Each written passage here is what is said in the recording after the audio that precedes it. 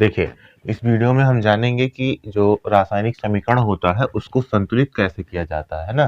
तो जो पहला समीकरण है वो आपका ये है Cu plus AgNO3 tends to Ag और CuNO3 का होल राइज। ठीक, सबसे पहले तो इसको हम संतुलित करते हैं, उसके बाद देखते हैं इसका नाम क्या है। देखिए कैसे करते हैं संतुलित।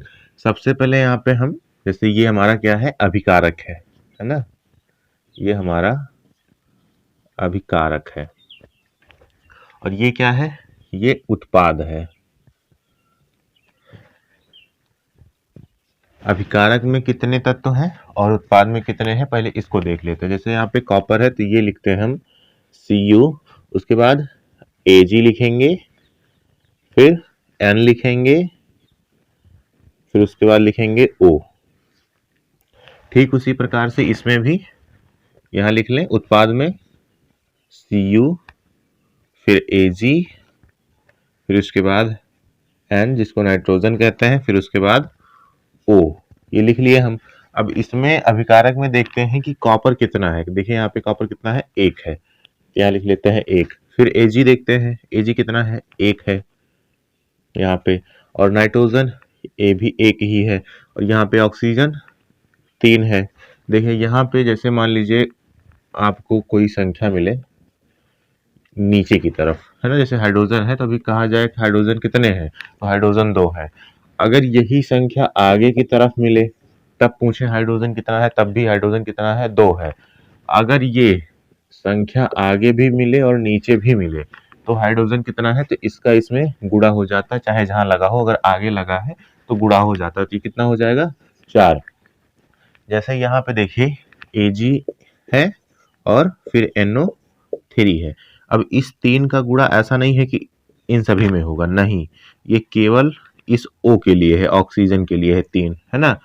और अगर यही चीज आगे लगा होता, 3 जो है आगे लगा होता, तो ये जो 3 है वो Ag के लिए भी है, वो नाइट्रोजन के लिए भी है और ऑक्सीजन के लिए भी है। समझ में आया?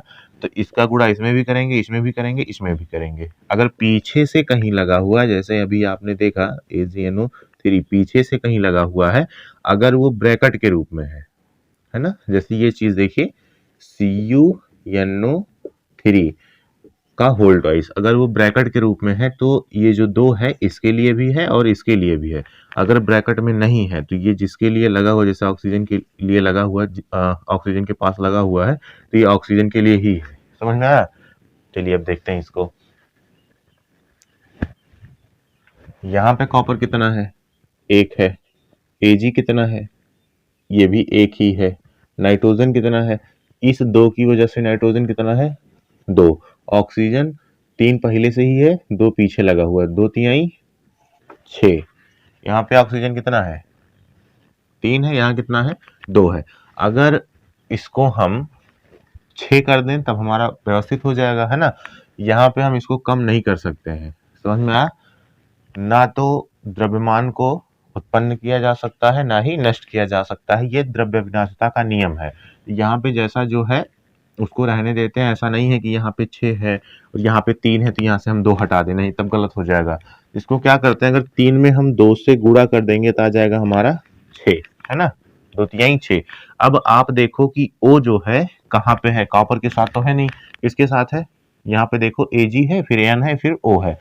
अब जो 2 है उसको 2 हम कहाँ लगाएंगे, यहाँ आगे की तरफ लगाते हैं। ठीक है, जो पदार्थ है हमारा, इसको व्यवस्थित करने के लिए हम आगे की तरफ लगाएंगे। अब इस 2 की वजह से जो सिल्वर है वो कितना हो जाएगा, 2 हो जाएगा, और इसी 2 की वजह से नाइट्रोजन कितना, ये भी 2 हो जाएगा, और बाकी 2 तिहाई 6, 6 6, nitrogen 2, nitrogen 2, copper 1, copper 1, silver कितना है, 2 है। यहाँ इसको भी 2 हमको करना है तो यहाँ लगा देंगे आगे 2। ये हमारा व्यवस्थित है। एक मिनट, यहाँ पे थोड़ा सा पास में, ये पूरा समीकरण हमारा व्यवस्थित है। समझ में आया? अब देखिए इसका जो नाम है, ये कॉपर है ना, यहाँ हम लिख देते हैं Cu, ये कॉपर है। फिर उसके बाद जो 2 AgNO3 है, AgNO3, 3, इसको सिल्वर नाइट्रेट कहते हैं, सिल्वर नाइट्रेट। अब देखिए यहाँ पे 2 लगा है, तो 2 अगर लगा हो तब नहीं कहेंगे, अगर 2 लगा है ठीक है, नहीं लगा वो तो 2 केवल आपका व्यवस्थित करने के लिए है। बाकी AgNO3 को क्या कहते हैं हम, सिल्वर नाइट्रेट। ठीक, उसके बाद यहाँ पे देखिए Ag है, इसको कहेंगे सिल्वर।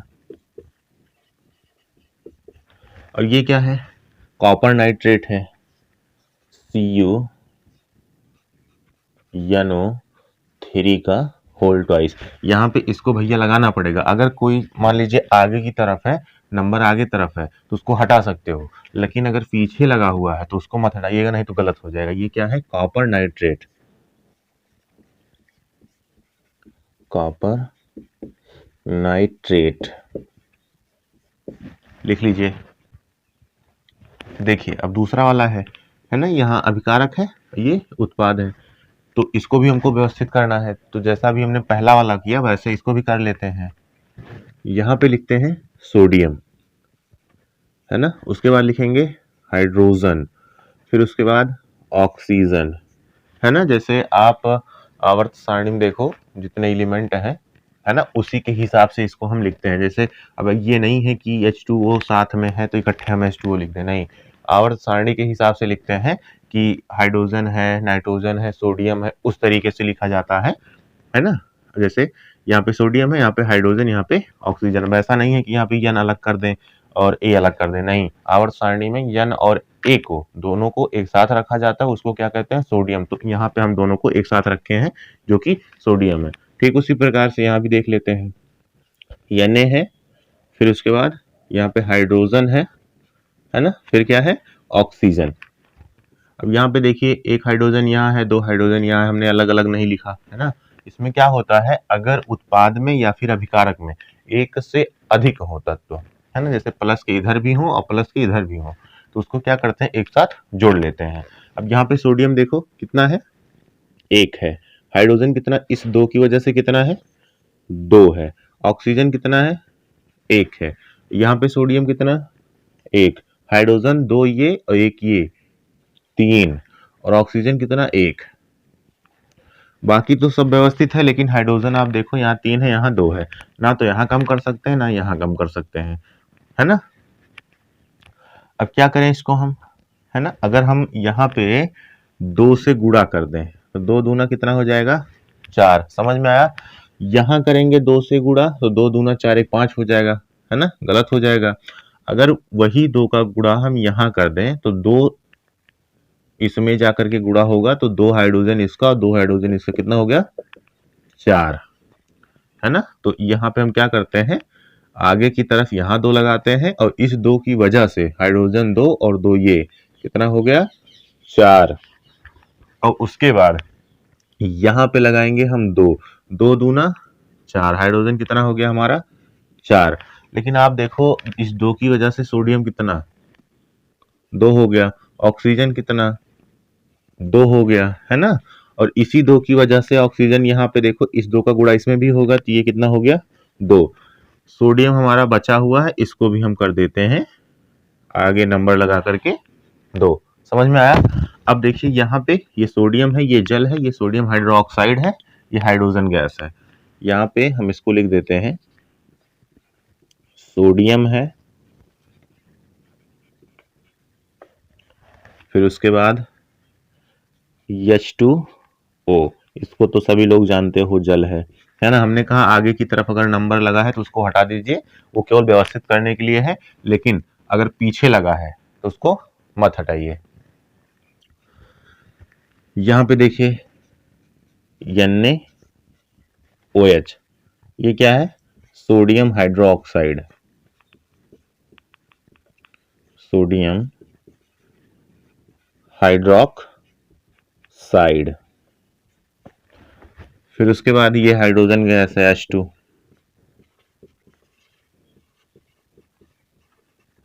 हाइड्रोजन गैस, लिख लीजिए इसको। अब हमारा जो समीकरण है वो व्यवस्थित है, संतुलित है, कहने का मतलब। अच्छा यहाँ पे देखो ये सॉलिड है ना, ठोस समझ में आता है, लिक्विड है, पानी आप देखो तरल पदार्थ, वो भी समझ में आता है। ये गैस है, ये भी समझ में आता है, गैस। लेकिन जो एक्यू है, इसका मतलब जो होता है, कहने का मतलब ये है कि पानी में कुछ घुला हुआ। जैसे पानी में आप कुछ भी ले जा करके घोल दो, ये पानी है, उसमें आप कुछ ले जाके घोल दो, चीनी घोल दो, तो वो पानी और चीनी का जो विलयन है उसको हम एक्यू कह सकते हैं, एक्वासियस। ठीक, जलीय विलयन जिसको कहते हैं। कहने का मतलब कि पानी में कुछ घुला हुआ हो। लिख लीजिए इसको। देखिए, जो तीसरा वाला है वो मैग्नीशियम है, फिर हाइड्रोक्लोरिक अम्ल है, मैग्नीशियम क्लोराइड है और हाइड्रोजन गैस है। जब मैग्नीशियम और हाइड्रोक्लोरिक आपस में क्रिया किए तो क्या बना? MgCl2 और हाइड्रोजन गैस। यहाँ पे देखिए अभिकारक है और उत्पाद है। अब अभिकारक वे होते हैं जो आपस में क्रिया करें, और क्रिया करने के बाद जो हमको नया पदार्थ मिलता है वो क्या होता है? उत्पाद होता है। समझ में आया? यहाँ पे ये मैग्नीशियम क्लोराइड है, यहाँ पे हमने लिख दिया है, ये हाइड्रोक्लोरिक अम्ल है, ये भी लिख दिए हैं। अब इसको देखते हैं व्यवस्थित कैसे करते हैं। तो सबसे पहले यहाँ पे लिखेंगे मैग्नीशियम ये वाला, फिर हाइड्रोजन लिखेंगे, फिर उसके बाद क्लोरीन लिखेंगे, यहाँ उत्पाद में मैग्नीशियम, हाइड्रोजन, फिर क्लोरीन। देखते हैं अभिकारक में मैग्नीशियम की संख्या कितनी है? एक है। हाइड्रोजन की संख्या कितनी है? एक है। क्लोरीन की कितनी है? एक है। यहाँ पे मैग्नीशियम की एक है, हाइड्रोजन इस दो की वजह से हाइड्रोजन की संख्या दो है, क्लोरीन की इस दो की वजह से दो है। मैग्नीशियम तो ठीक है, लेकिन हाइड्रोजन और क्लोरीन ये ठीक नहीं है। यहाँ पे तो हम कम कर नहीं पाएंगे, इसीलिए क्या करते हैं, अभिकारक में यहाँ दो हम बढ़ा देते हैं। समझ में आया? अब इस दो की वजह से हाइड्रोजन कितना? दो। इसी दो की वजह से क्लोरीन कितना? दो। बाकी हमारा पूरा व्यवस्थित है। समझ में आया? लिख लीजिए इसको। देखिए चौथा वाला है, आयरन है, हाइड्रोक्लोरिक अम्ल है, फिर उसके बाद जब ये दोनों आपस में क्रिया किए तो क्या बना? FeCl2 और हाइड्रोजन गैस। इसको हम फेरस क्लोराइड कहते हैं। ये आयरन है, इसको हम हाइड्रोक्लोरिक अम्ल कहते हैं, बाकी ये हाइड्रोजन गैस है। इसको लिख देते हैं पहले फेरस क्लोराइड।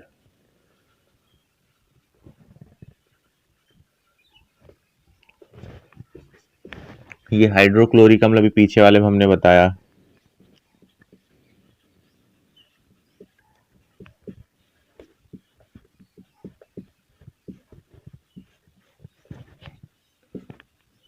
चलिए अब इसको क्या करते हैं, व्यवस्थित करते हैं, देखते हैं कैसे व्यवस्थित होता है ये। यहाँ पे आयरन, उसके बाद हाइड्रोजन, फिर उसके बाद क्लोरीन। ठीक उसी प्रकार से उत्पाद में भी देख लेते हैं कि कितने कितने हैं। आयरन लिखेंगे यहाँ पे, फिर उसके बाद लिखेंगे हाइड्रोजन, फिर लिखेंगे क्लोरीन।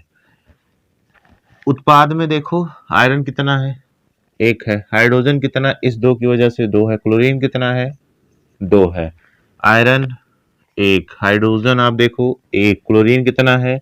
एक है। आयरन तो तब भी ठीक है, लेकिन हाइड्रोजन और क्लोरीन हमारा व्यवस्थित नहीं है। तो उसके लिए क्या करते हैं कि हम हाइड्रोजन को यहाँ से तो हम कम कर नहीं सकते हैं, हालांकि यहाँ पे हम आगे नंबर लगा करके व्यवस्थित जरूर कर सकते हैं। तो इस दो की वजह से हाइड्रोजन कितना? दो हो गया। और इसी दो की वजह से क्लोरीन कितना? ये देखो यहाँ पे दो, और ये क्लोरीन, तो इस दो की वजह से क्लोरीन भी दो। व्यवस्थित हो गया ना? अब चलिए इसको लिख लीजिए, फिर चलते हैं आगे। देखिए पांचवा, कैल्शियम है, जल है। जब ये दोनों आपस में क्रिया किए तो क्या बना? कैल्शियम हाइड्रोक्साइड और हाइड्रोजन गैस। समझ में आया?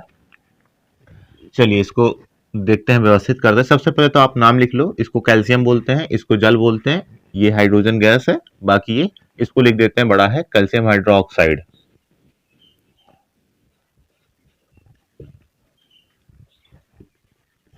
हाइड्रोक्साइड।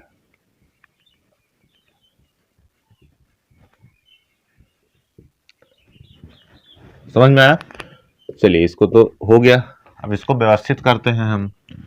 यहाँ पे अभिकारक का क्या लिखेंगे? कैल्शियम कितना है? एक है। हाइड्रोजन कितना? इस दो की वजह से हाइड्रोजन कितना है? दो है। ऑक्सीजन कितना है? एक है। ठीक उसी प्रकार से उत्पाद में भी देख लो, कैल्शियम कितना है? एक है। हाइड्रोजन इस दो की वजह से तो हाइड्रोजन दो है, ये है ना। फिर उसके बाद देखो ब्रैकेट लगा हुआ है, उसके बाद नीचे लगा हुआ है दो, तो इस दो की वजह से हाइड्रोजन कितना है, दो।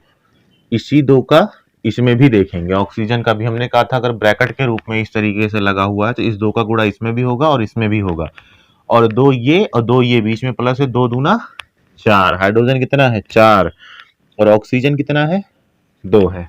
समझ में आया।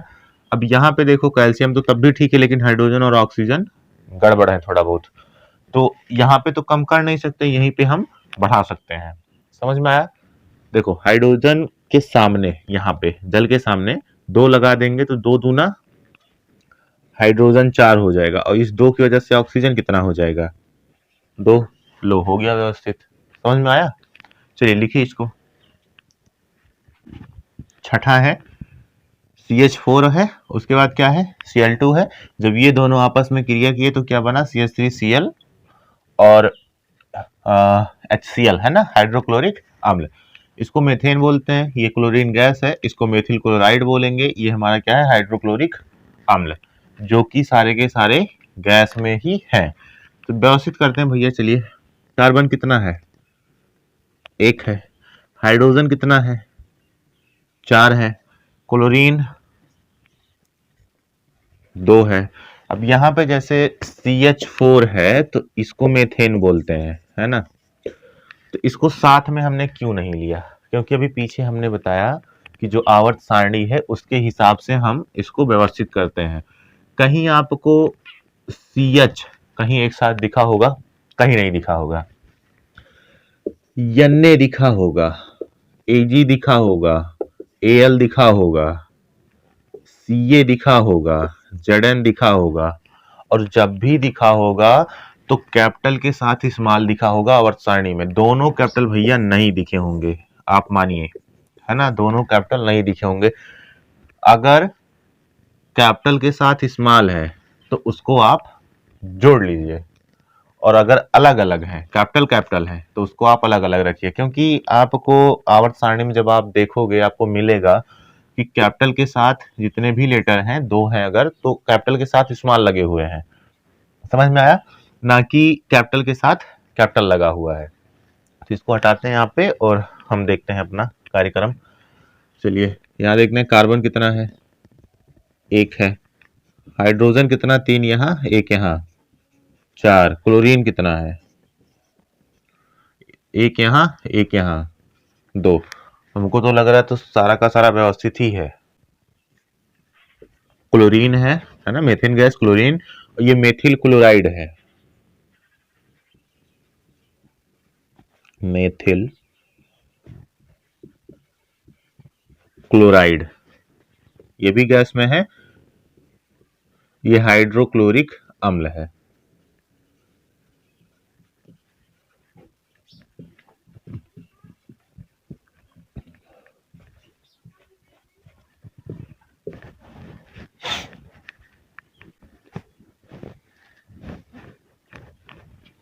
देखिए सातवां है जिंक है और सल्फ्यूरिक अम्ल है। जब ये दोनों आपस में क्रिया किए तो क्या बना, जिंक सल्फेट और हाइड्रोजन गैस।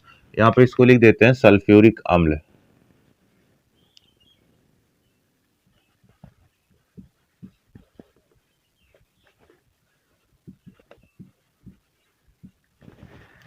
है ना, ये क्या है, जिंक सल्फेट है।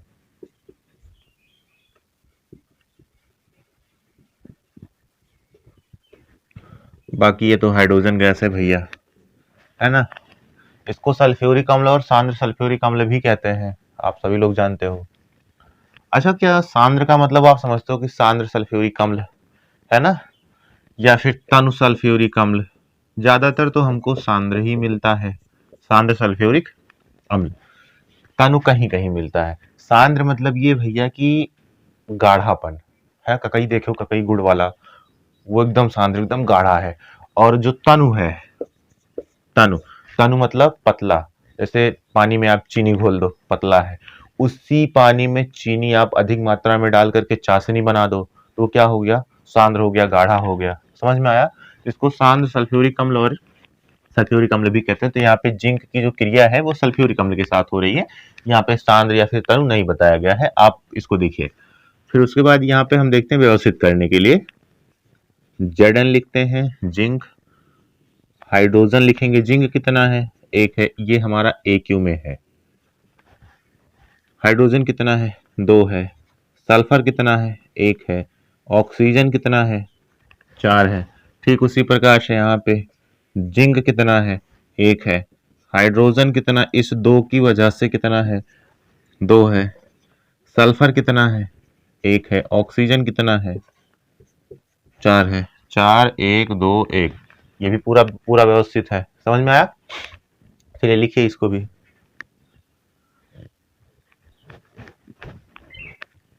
देखिए अगला वाला है कैल्शियम कार्बोनेट जब हाइड्रोक्लोरिक अम्ल से क्रिया करता है तो कैल्शियम क्लोराइड जल और कार्बन डाइऑक्साइड गैस को बनाता है। तो यहाँ पे सबसे पहले तो नाम लिख लो, इसको कैल्शियम कार्बोनेट कहते हैं।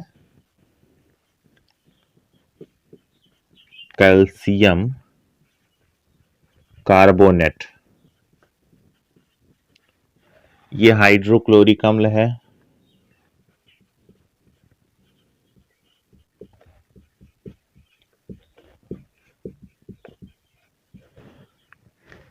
इसको कैल्शियम क्लोराइड बोलेंगे भैया।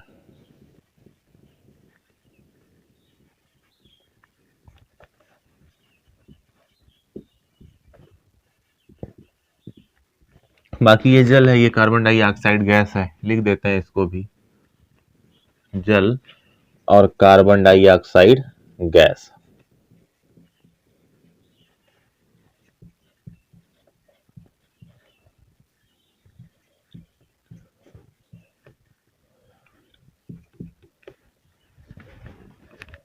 हो गया। अब इसको क्या करते हैं, व्यवस्थित करते हैं, है ना।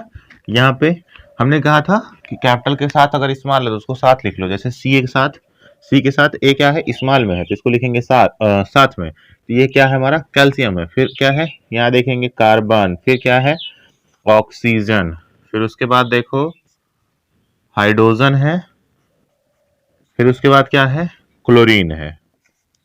चलिए कैल्शियम कितना है, 1 है। कार्बन कितना है, 1 है। अब 3 यहाँ लगा है तो इसका ये मतलब नहीं है कि वो साथ में, अगर स्मॉल होता तो साथ में होता, तो उसको हम अलग अलग थोड़ी ना लिखते, साथ में लिख देते CO। ऑक्सीजन कितना है, 3 है। इस 3 की वजह से हाइड्रोजन 1, क्लोरीन 1। चलिए यहाँ देखते हैं कैल्शियम, कार्बन, ऑक्सीजन, हाइड्रोजन, फिर क्लोरीन। कैल्शियम कितना, 1।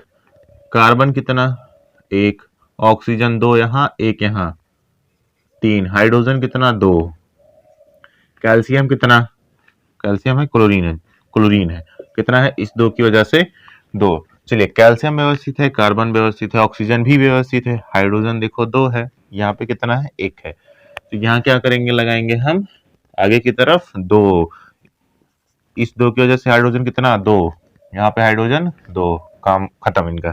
फिर उसके बाद इस 2 की वजह से क्लोरीन कितना, 2। बाकी यहाँ पे तो है, ये है। हो गया व्यवस्थित हमारा पूरा, लिख लीजिए इसको।